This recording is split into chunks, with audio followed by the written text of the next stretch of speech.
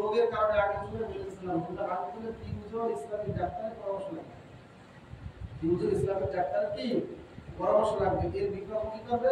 সাথে সাথে একজন গরিব অসহায়দেরকে নিজে যা খাবে ওই সহপরিমাণ খাবার দিয়ে রোজা রাখাইতে হবে। যদি আমার ঘরের ভিতরে বৃদ্ধ মা বাবা থাকে দামাদ থাকে তাদেরকে এরকম করাই দেবে রোজা রাখতে না পারে। রোজা রাখতে তারপরে না হলে সন্তান দায়ী হবে। তাহলে আমরা দায় কি করবে?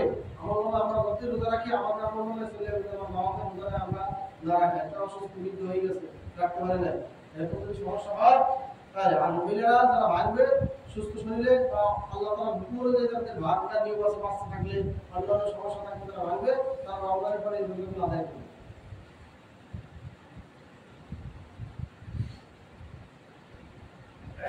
হুজুর সাল্লাল্লাহু আলাইহি ওয়াসাল্লাম বলেন দিন ইসলামের মূল ভিত্তি তিনটি মুয়াদের উপর ইসলাম প্রতিষ্ঠিত হয়েছে। যদি কোনো ব্যক্তি উহার একটিও তাসাল্লুল ভারে তরক করে তবে সে কাফির হয়ে যায়, তাকে হত্যা করাও যায়। যদি এই তিনটা ইসলামের ভিত্তি হচ্ছে তিনটা, তার ভিতরে একটা হচ্ছে রোজা, তাসাল্লুল ভাবে, আরেকটা হচ্ছে নামাজ, আরেকটা হচ্ছে ঈমান। যদি তাসাল্লুল ভাবে যদি কেউ ভঙ্গ করে তাহলে হত্যা করা কি জায়েজ, সে হয়ে যায় কাফের, অস্বীকার যদি করে।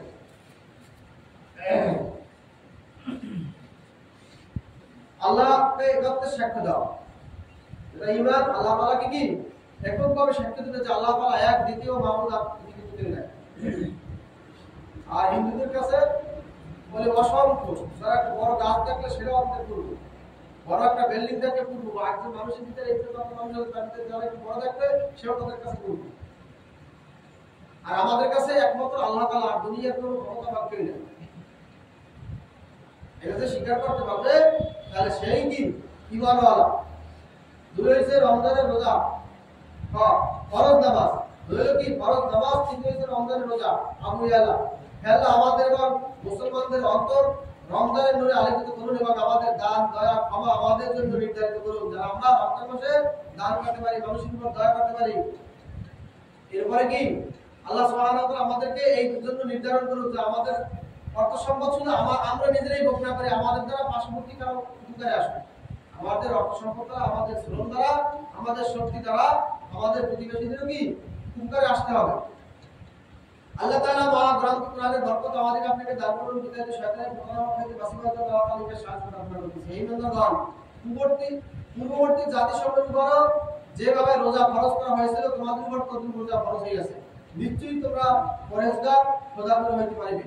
যে আমরা শুধু রোজা আমাদের আখিরের উপর উম্মতের উপর একটু কাজে লাগে, এই নামাজ আখিরের উম্মতের উপর আমরা নবীর উপর এত পাঁচ ওয়াক্ত নামাজ ছিল, আমরা কিছু কিছু নামাজ ছিল।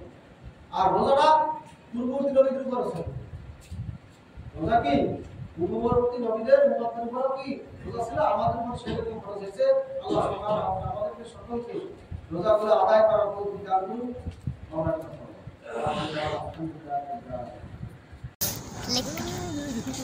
कर कर